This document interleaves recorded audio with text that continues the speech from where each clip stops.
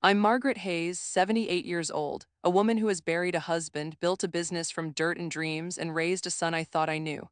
And I am the woman who watched my own daughter-in-law try to destroy that son with a lie so vicious, so meticulously crafted, it nearly tore our family apart forever. Some people believe that evil is a grand, theatrical thing, a monster that announces itself with thunder and lightning. But I've learned that the most dangerous evil is quiet. It wears a familiar face, sits at your dinner table, and calls you mom. It smiles while it sharpens the knife, waiting for the perfect moment to slide it between your ribs. My daughter-in-law, Chloe, was a master of the quiet knife. For 45 years, my son Daniel has been the steady sun in my sky. After my husband, Robert, passed away 10 years ago, Danny stepped into shoes that seemed impossibly large, and yet he filled them. Robert and I had started Hayes Construction with little more than a second-hand pickup truck, a box of tools, and a belief that a handshake still meant something. We built homes, then entire neighborhoods. We prided ourselves on quality, on integrity. The Hayes name meant something in our town. It meant solid foundations, both in our houses and in our character. When Robert was gone, I feared that legacy would crumble. But Danny, my sweet, good-natured Danny, took the reins. He had his father's strength, but he also had a softness I recognized as my own, a trusting nature that in the right hands was a virtue. In the wrong hands, it was a weapon to be used against him. And Chloe's hands were, I would come to find, the very worst kind. She came into our lives 15 years ago. Danny was 30 then and utterly besotted. Chloe was beautiful, there was no denying that. She had a polished, city-bred glamour that seemed exotic in our comfortable suburban town. She worked in art curation, she said, though her career seemed to consist more of attending gallery openings than managing any actual art. From the beginning, I felt a tremor of unease, a discordant note in her perfectly composed symphony. She was always on. Her smile seemed measured, her laughter a little too loud, her compliments coated in a saccharine glaze that never quite reached her eyes. Robert, ever the pragmatist, was more direct. She looks at this family not as people to love, but as a ladder to climb. He told me one night after a dinner where Chloe had spent the entire evening talking about her influential friends and the importance of social positioning. I'd hushed him, telling him to give her a chance to see the woman our son loved, but his words planted a seed of doubt that never truly went away. There were incidents over the years, small but telling. I remember the fight over the house they were building. Danny, ever his father's son, wanted a classic, sturdy design, a home meant for raising a family, for Christmases and cookouts. Chloe wanted a minimalist glass box, something to be featured in an architectural magazine. Danny, darling, she'd said, her voice dripping with condescension, this isn't about just living, it's about making a statement, it's about our brand. Our brand. She spoke of our family as if we were a product to be marketed. Danny, wanting to keep the peace, conceded on almost every point. The house became her showroom, cold and impersonal, a place where you felt you needed an appointment to sit on the sofa. Then there was the issue of the family foundation Robert and I had established. We donated a significant portion of the business's profits to local causes, scholarships for trade schools, funding for the community center, support for the local hospital. After Robert died, Chloe began a subtle campaign to redirect those funds. We should be sponsoring art galas in the city, Margaret, she'd argue at board meetings. It's better for our image, it connects us to wealth, to influence. She couldn't understand that for us, the influence that mattered was the one we had right here, in the town we'd helped build. She saw our community charity as provincial, a waste of money that could be better spent burnishing her own reflection. Each time I had to stand my ground, and each time I could see the resentment simmering behind her placid mask. She saw me not as her husband's mother, but as a gatekeeper, an obstacle to the life of effortless glamour she felt she was owed. She treated her own family with a similar sense of detached utility. Her younger sister, Laura, was a quiet, gentle soul, perpetually eclipsed by Chloe's blinding glare. Laura was a nurse, practical and kind, with a warmth that felt genuine. But Chloe treated her like an accessory, a background player in the grand drama of her own life. She would summon Laura to babysit at a moment's notice, borrow money she never repaid, and offer backhanded compliments that were designed to remind Laura of her place.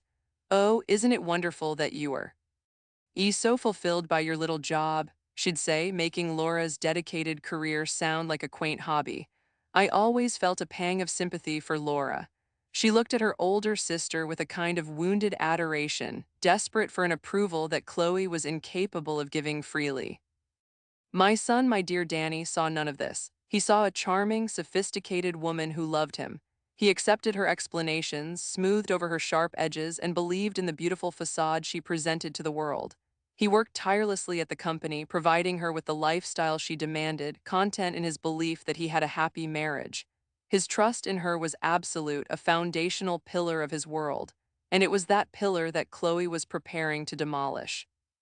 My 78th birthday was meant to be a quiet celebration of a life well lived. Danny had insisted on hosting it in the sprawling garden of their home, Chloe's glass box, which for all its architectural pretension did have a lovely view of the old oak trees that bordered the property. The late summer air was warm, smelling of cut grass and blooming roses. Friends from a lifetime, business partners who had become family, and my own relatives had all gathered. The sound of clinking glasses and happy chatter filled the air. For a few hours, I allowed myself to feel a profound sense of peace. My family was here, my son was thriving. Perhaps I thought I had been wrong about Chloe. Perhaps she had finally settled into our life, our family. I was sitting with Arthur Finch, my late husband's best friend, reminiscing about the old days when the first crack in the perfect afternoon appeared. Chloe was moving through the guests, her smile just a little too bright, her movements jerky and theatrical. She kept touching her forehead as if staving off a migraine, her eyes darting around the crowd. Danny followed her, his expression a mixture of concern and confusion, trying to calm her. What's gotten into her? Arthur murmured, his old investigator's eyes missing nothing. It's Chloe, I said with a sigh. There's always a touch of drama. But this was more than a touch. This was a rehearsal. She was setting her stage. She finally stopped near the large patio where most of the guests were gathered. She took a deep, shuddering breath, ensuring all eyes were on her. Danny put a hand on her arm. Chloe, honey, what is it? He asked, his voice low. Chloe snatched her arm away. Don't you touch me, she hissed, just loud enough for those closest to hear. A hush began to fall over the crowd. Don't you stand there and pretend to be the concerned husband. My heart began to pound a slow, heavy drum against my ribs. I stood up, my hand gripping the back of my chair. Chloe, what on earth is going on? I asked, my voice sharper than I intended. She turned her gaze on me, and for the first time I saw no mask. I saw pure, unadulterated venom. Oh, Margaret, she said, her voice trembling with manufactured emotion.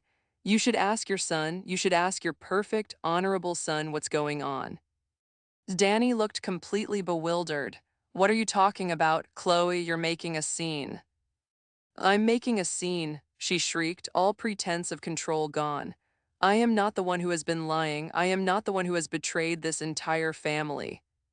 The garden was silent now, save for the chirping of distant birds.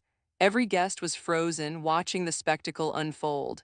Chloe then turned and pointed a shaking finger at her own sister, Laura, who was standing near the buffet table, her face ashen. Laura looked like a frightened deer, desperate to bolt but trapped by the glare of 100 headlights. My own sister, Chloe cried out, tears now streaming down her face. He did this with my own sister. A collective gasp went through the crowd. I felt the blood drain from my face. Arthur put a steadying hand on my elbow. Danny just stared, his mouth agape, as if Chloe were speaking a foreign language. What? Danny finally managed to choke out. Laura, what are you talking about? That's insane. Is it, Danny? Chloe shot back, her voice dripping with scorn. Is it insane, or is it just inconvenient that I found out? She held up her phone. I have the texts, I have all of your sordid little messages to each other, planning your secret meetings, talking about your baby. The word hung in the air, heavy and poisonous. Baby.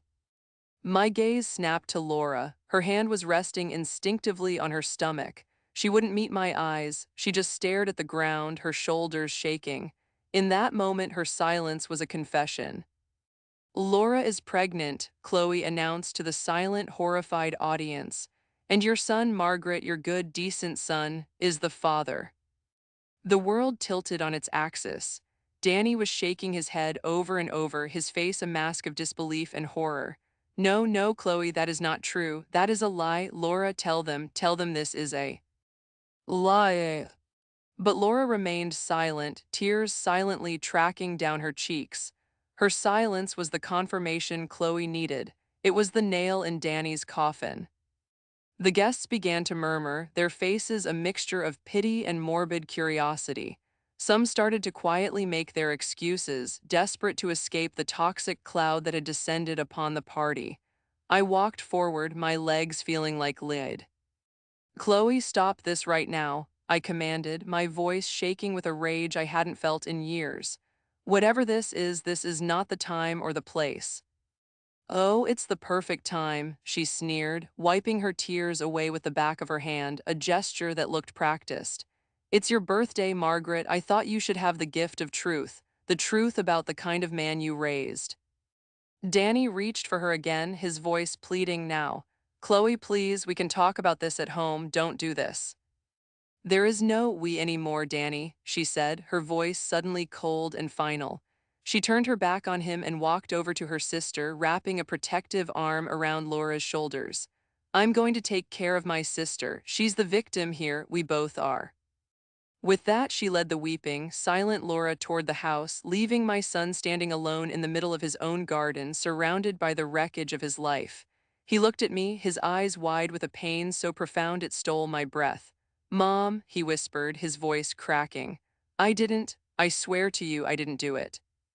I believed him. In the deepest part of my soul, in a place untouched by doubt, I believed my son. But as I looked at the averted gazes of our friends and the triumphant, righteous glare Chloe had given me before she disappeared inside, I knew that in the court of public opinion, the verdict had already been delivered. My son had been tried and convicted in less than 5 minutes, and the star witness for the prosecution was the one person he should have been able to trust most in the world. The days that followed the party were shrouded in a thick, suffocating fog of silence and shame. The beautiful late summer weather turned gray and rainy, a perfect mirror for the state of our lives. The phone, which usually rang with friendly chatter, was now deathly quiet. When it did ring, it was a reporter from the local paper, asking for a comment on the Hayes family scandal. I would hang up, my hand trembling with fury. Our family name, the name Robert and I had built on a foundation of integrity, was being dragged through the mud. Danny was a ghost. He moved into the guest house on their property at Chloe's insistence. She had orchestrated it perfectly, casting herself as the magnanimous, wounded wife who couldn't bear to throw him out on the street but who needed space to heal.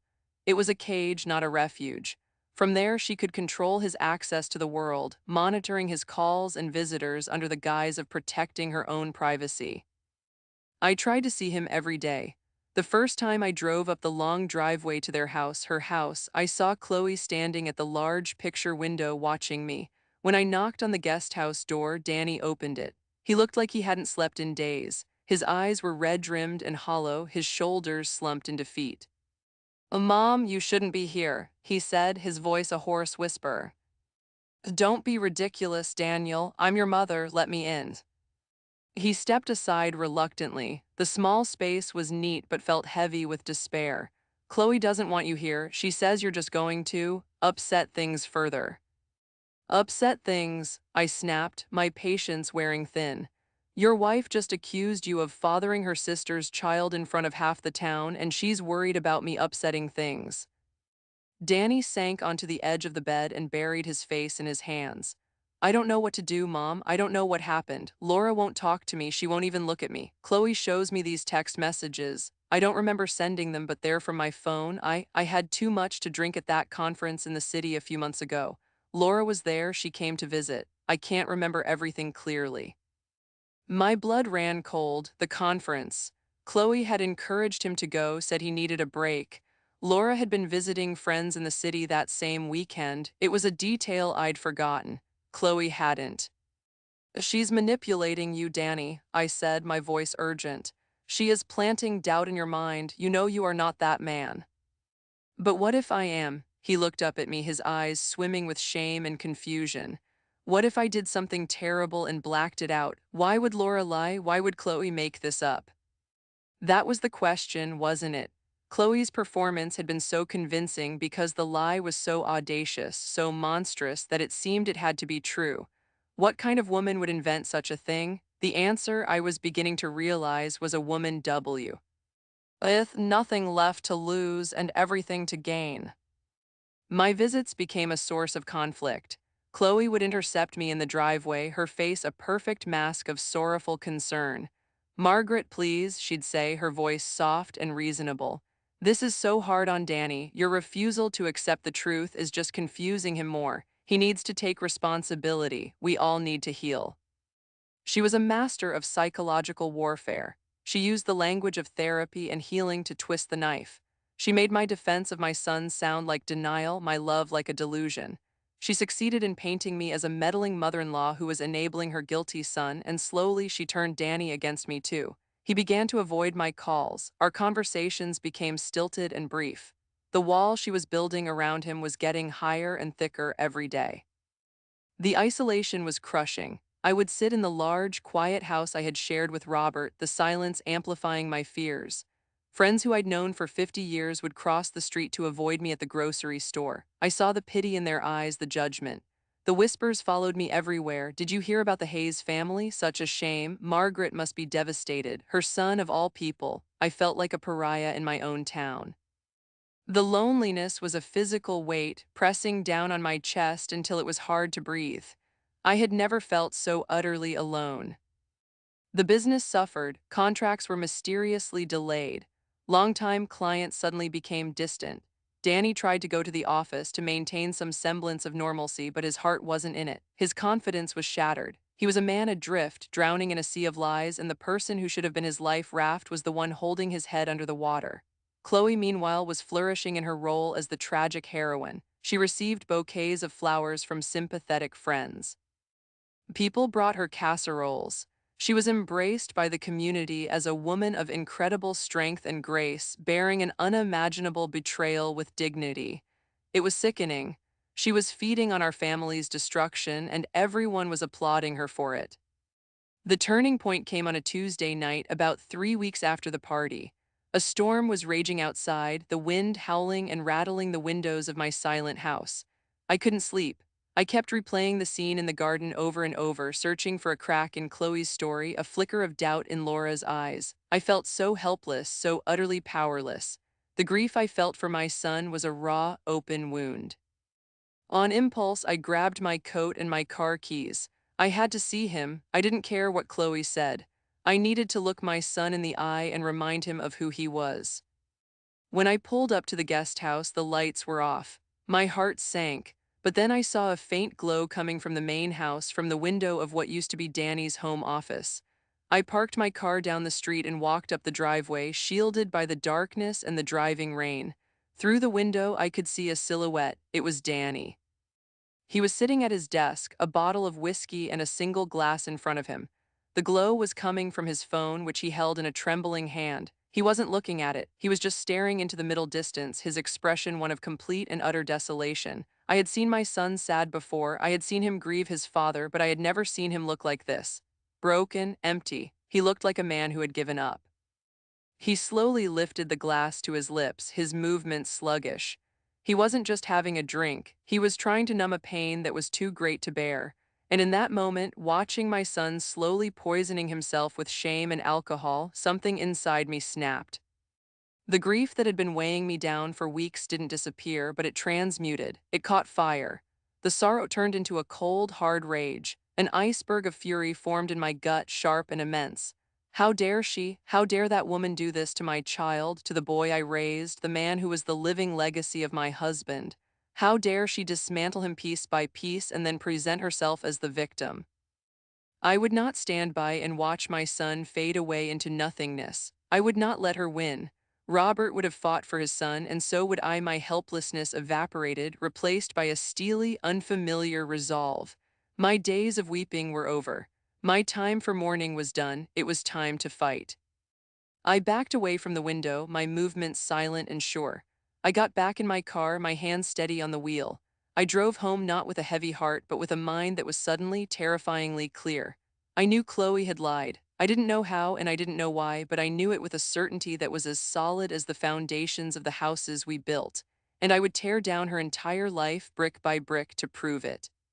I walked into my house, straight T. Oh, the old roll-top desk in my study where I kept my address book. My fingers, no longer trembling, flipped through the worn pages until they found the name I was looking for. Finch Arthur. I picked up the phone, the receiver feeling cool and solid in my hand. I dialed the number, my heart beating not with fear, but with the powerful, rhythmic thrum of purpose.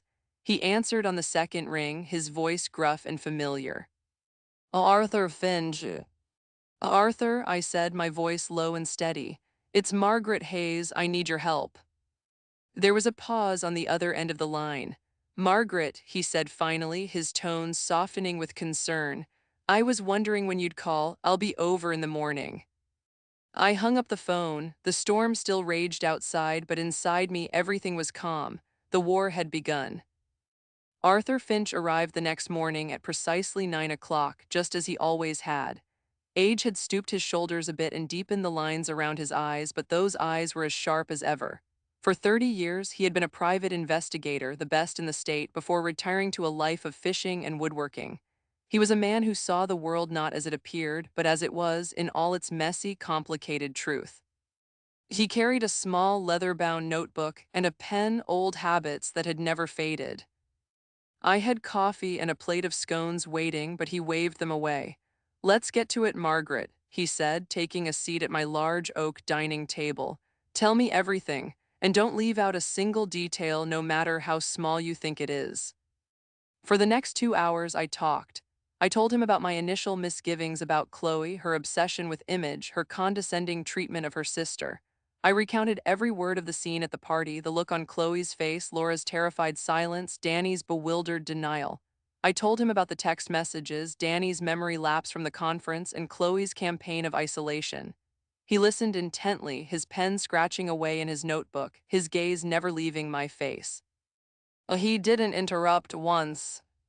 When I finished, he was silent for a long moment, tapping his pen against the notebook. The lie is too big, Margaret, he said finally. That's its strength. It's so destructive that people assume it must be true. No one wants to believe a person could be capable of inventing something so vile. But she did, Arthur. I know she did. I believe you, he said simply. The question isn't whether she lied, the question is why. A lie this big requires a powerful motive. Revenge, greed, is she trying to hide something even worse? He looked down at his notes. You said she's been spending lavishly. I nodded, more than usual, new car, designer clothes. She told Danny it was from a small inheritance from a gray tant, he never questioned it. There's no such thing as a small inheritance with Chloe, Arthur grunted. We start there, we follow the money, and we look into the sister, Laura, she's the weak link. The lie rests on her silence. If we can get to her, the whole thing falls apart. Arthur still had contacts. Within a day, he had a discreet financial analyst looking into Chloe's accounts, and I, at his direction, took on the task of approaching Laura. It was the part I dreaded most. I found out from a friend at the hospital that Laura had taken a leave of absence from her nursing job. She was holed up in her small apartment across town, a place Chloe rarely, if ever, visited. It was the perfect place for her to hide, pregnant and alone. When I knocked on her door, it took a full minute for her to answer. She opened it just a crack, her eyes wide with fear when she saw me. Mrs. Hayes, she whispered, you can't be here, Chloe would. Chloe doesn't own you, Laura, I said, my voice gentle but firm. May I please come in? I'm not here to yell, I'm here to talk. She hesitated, then reluctantly opened the door. Her apartment was small but tidy, filled with plants and books. It felt warm and real, a stark contrast to Chloe's sterile mansion. She was pale and her pregnancy was just beginning to show. She wouldn't look at me, keeping her gaze fixed on the floor as she fidgeted with the sleeve of her sweater. I just have one question, Laura, I began, sitting on her small sofa. Look me in the eye and tell me my son is the father of your child. If you can do that, I will walk out of here and never bother you again. She flinched as if I'd struck her. Tears welled in her eyes and she shook her head, still not looking at me. I can't, Chloe said. I don't care what Chloe said, I care about the truth, I pressed, keeping my voice even. I know my son, he is a good man, he would never do this, and he certainly wouldn't abandon his responsibilities if he had. This isn't him, Laura, and I don't think it's you either. You're a nurse. You dedicate your life to caring for people. How can you live with a lie that is destroying an innocent? I'll tell you, man. A sob escaped her lips. You don't understand, she whispered, her voice choked. She's my sister. She's helping me, she said. She said everyone would turn on me, that the baby's real father would deny it, and that she and Danny would raise the child as their own. She said it was the only way. It was a masterful piece of manipulation. Chloe had painted herself as Laura's savior, isolating her with fear and then offering a twisted path to salvation. She had given Laura a script, and the poor girl was too terrified to deviate from it. "And what does she get in return for this help?" I asked quietly.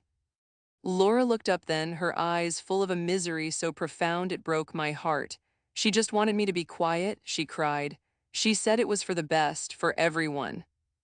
She hadn't confessed, not fully, but she had given me everything I needed. Her inability to look me in the eye and state the lie as fact was a confession in itself. She was trapped, not malicious. I knew I couldn't push her too hard, not yet. She needed to feel safe, and Chloe had made her believe that safety lay only in silence. I left her apartment that day with a heavy heart for the frightened young woman, but with a renewed sense of purpose. Laura was the key. As I drove away, my phone rang. It was Arthur. "I've got something, Margaret," he said, his voice crackling with energy.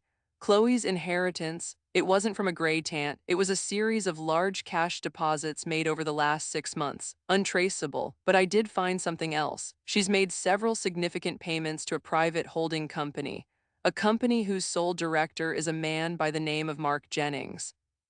The name hit me like a physical blow. Mark Jennings, our family's financial advisor for the last 5 years. A man Danny trusted implicitly. A slick, handsome man with a salesman's smile who always seemed a little too familiar with Chloe. "Mark Jennings," I repeated, my voice barely a whisper. "That's the one," Arthur confirmed. "And it gets better. I had a friend run a check on his personal life. He's a gambler, a heavy one, and he's deep in debt."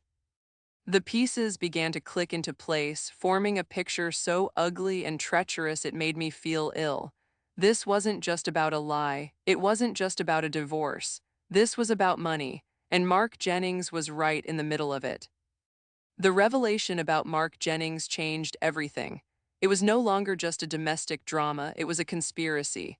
Arthur and I met every morning at my dining table, which had now become our war room. It was covered in bank statements, timelines, and notes. We were peeling back the layers of Chloe's life, and underneath the polished surface, we found nothing but rot. Arthur, with his decades of experience, knew exactly where to dig. He discovered that Mark had been advising Chloe to move some of the family's assets, investments Danny had trusted him with, into high-risk, obscure portfolios. On paper, they looked legitimate, but when Arthur's analyst dug deeper, he found they were essentially shell games designed to siphon funds. Chloe and Mark weren't just planning a divorce, they were systematically gutting my son's financial future. They were embezzling. "The lie about the baby wasn't the goal," Arthur explained, pointing to a flowchart he'd drawn in his notebook. "It was a diversion, a smokescreen. She creates a massive public scandal that paints Danny as a morally bankrupt adulterer. In the ensuing divorce, no one will question her when she demands a huge settlement. They'll say he deserves it. She'll be the wronged wife, walking away with a fortune he doesn't even know is already half gone." It was diabolically brilliant. She was using Danny's good name against him, turning his reputation for integrity into the very thing that would ensure his ruin. The public humiliation was a key part of the financial strategy. While Arthur untangled the financial web, I focused on Laura. I knew a direct confrontation wouldn't work. I had to win her trust. I started leaving things on her doorstep: a thermos of homemade soup, a book on motherhood I'd found, a soft baby blanket I'd knitted. I never knocked. I just left a simple, unsigned note with each item: "Thinking of you." I was trying to show her that someone else cared, that Chloe's narrative of a hostile world was a lie. For 2 weeks, I received no response. I began to fear Chloe had gotten to her again, reinforced the walls of her prison. Then, one afternoon, as I was leaving another small care package, my phone buzzed. It was an unknown number. "Hello," I answered tentatively. "Mrs. Hayes." The voice was small, trembling. It was Laura. Laura, are you all right? I can't do this anymore, she whispered, her voice breaking. She's calling every day, asking questions, making sure I'm sticking to the story. She's not helping me, she's controlling me. I'm so scared. Where are you? I asked gently. I am at the park by the lake. I just had to get out of the apartments. Stay right there, I'm on my way. I found her on a bench overlooking the water, huddled in a thick coat despite the mild weather. Her face was blotchy from crying. I sat down next to her, not speaking, just giving her a moment to compose herself. The things you leave, she said, her gaze fixed on the ducks paddling on the lake. No one's ever just been kind to me like that without wanting something. I do want something, Laura, I said honestly. I want the truth, not for me, for my son, and for you, and for that innocent baby you're carrying. You don't deserve to live in fear. That's when the dam broke. The whole story came pouring out of her in a torrent of tears and choked whispers. It had started with a brief, regrettable affair she'd had with a colleague, a man who panicked and disappeared the moment she told him she was pregnant. She was alone and terrified, and she made the mistake of confiding in Chloe. Chloe's eyes had lit up, not with sisterly sympathy, but with cold, calculating opportunity. She saw her sister's crisis as the perfect raw material for her own scheme. She told Laura she would support her, pay for everything, give her a place to stay, but on one condition. She had to name Danny as the father. She fed Laura a story that Danny had secretly wanted out of the marriage for years and that this was a way to give him what he wanted while ensuring Laura and the baby were secure. She said it wouldn't hurt him, Laura sobbed, wiping her eyes. She said he was rich, that he'd be fine. She made it sound like we were all just playing parts in a story that had a happy ending for everyone. But it's not happy, it's a nightmare. I see what it's doing to him, to you, and Mark. He's always with her now. They're planning things, trips, a new life. She confirmed everything. The affair with Mark Jennings, the plan to take the money and run. She had been a pawn, and she was finally seeing the board for what it was. I have to fix this, she said, her voice gaining a sliver of strength. But I'm afraid of her, Mrs. Hayes. You don't know what she's like when she's crossed. You don't have to be afraid anymore, I said, putting my arm around her shaking shoulders. But I need your help. Are you willing to tell the truth? She looked at me, her eyes red but resolute. She gave a single, firm nod. Yes, she said, I am. I pulled out my phone. Laura, I said gently, I need you to tell me everything you just told me one more time. I pressed the record button.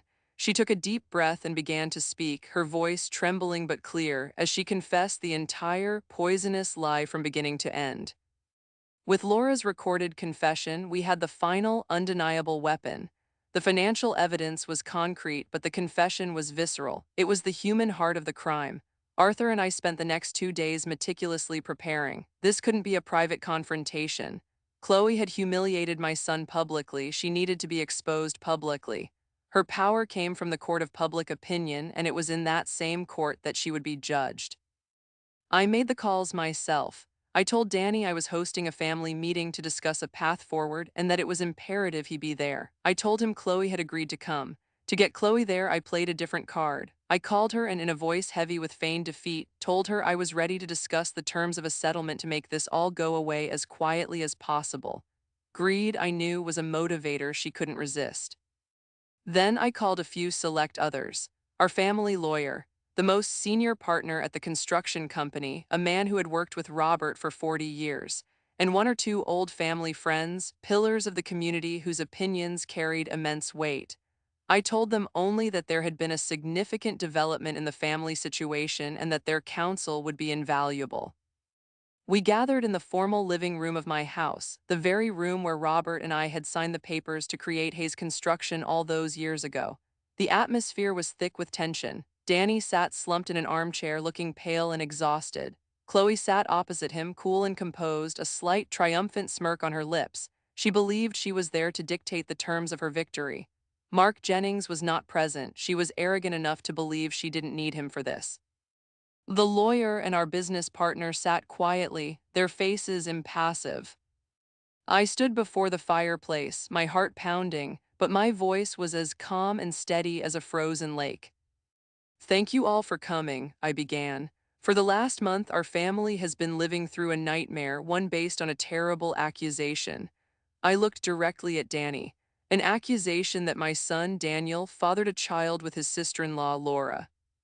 Chloe shifted in her seat, a flicker of annoy. Ants in her eyes. Margaret, if this is just going to be another round of denials. It's not, I said, cutting her off cleanly.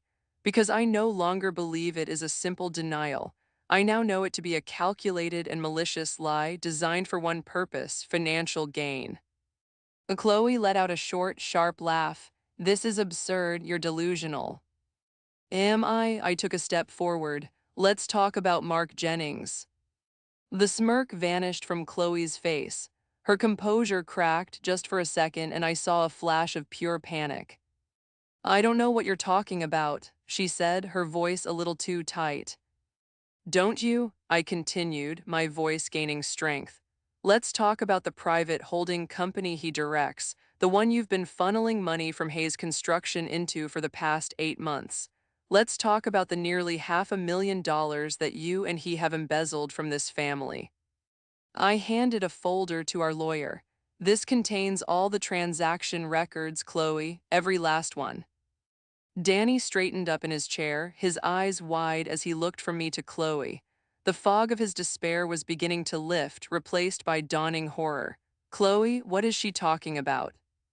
She's lying, Chloe shrieked, jumping to her feet. She is a bitter old woman who is making things up because she can't accept what her precious son did.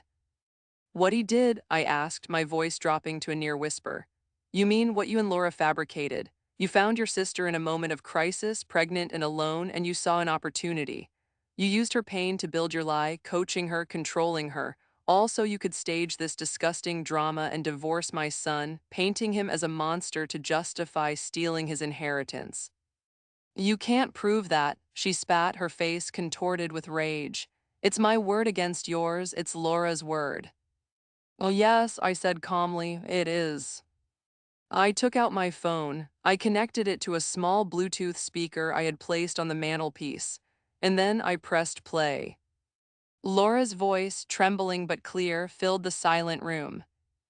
She said it was the only way. She told me to say it was Danny's. She said he wanted out of the marriage anyway and that this would make it easier. She's been paying me to be quiet. Her and Mark, they have everything planned. I can't live with it anymore. It was all a lie. Every word was a lie.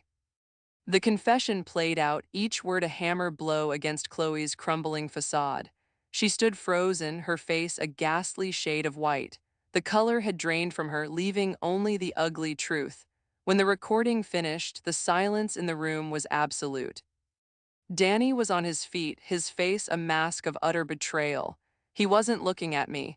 He was staring at the woman he had loved, the woman who had been his wife for 15 years, as if seeing her for the very first time. Chloe, he whispered, his voice cracking with a pain that was deeper than anything he had felt before. Why? She had no answer. She sank back into her chair, a broken doll, her grand performance over. The audience had finally seen behind the curtain. Our lawyer cleared his throat, his expression grim. Chloe, he said, his voice cold and official. Given this recording and the financial evidence, I'd say you and Mr. Jennings are facing multiple felony charges. Grand larceny, fraud, conspiracy. It was over. Her public ruin was complete, executed not with shouting, but with the quiet, devastating weight of the truth. There was nothing left for her to do but face the consequences. In the days that followed, the story unraveled for the whole town to see. The legal proceedings were swift.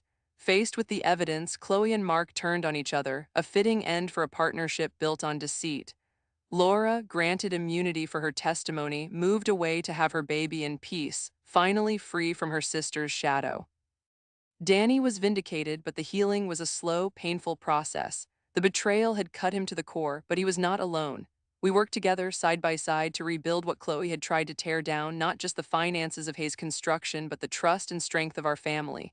He was still my son with his father's strength and his own kind heart, but he was no longer naive. He had learned a hard lesson, written in scars on his soul, and I, his mother, had learned one as well. I had learned that a quiet life is a blessing, but the strength to fight for it is a necessity. They say hell hath no fury like a woman scorned, but that's not true. Hell hath no fury like a mother watching her child suffer unjustly. I never asked for that fight. I was content with my memories, my garden, and the quiet love of my family. But when the wolf came to my door wearing a familiar face, I learned that even at 78, there is a warrior inside you waiting for the right call to arms. You protect what you've built, you defend who you love, and you remind the world that the foundation of truth, no matter how deep it's buried, is always stronger than the most elaborate house of lies.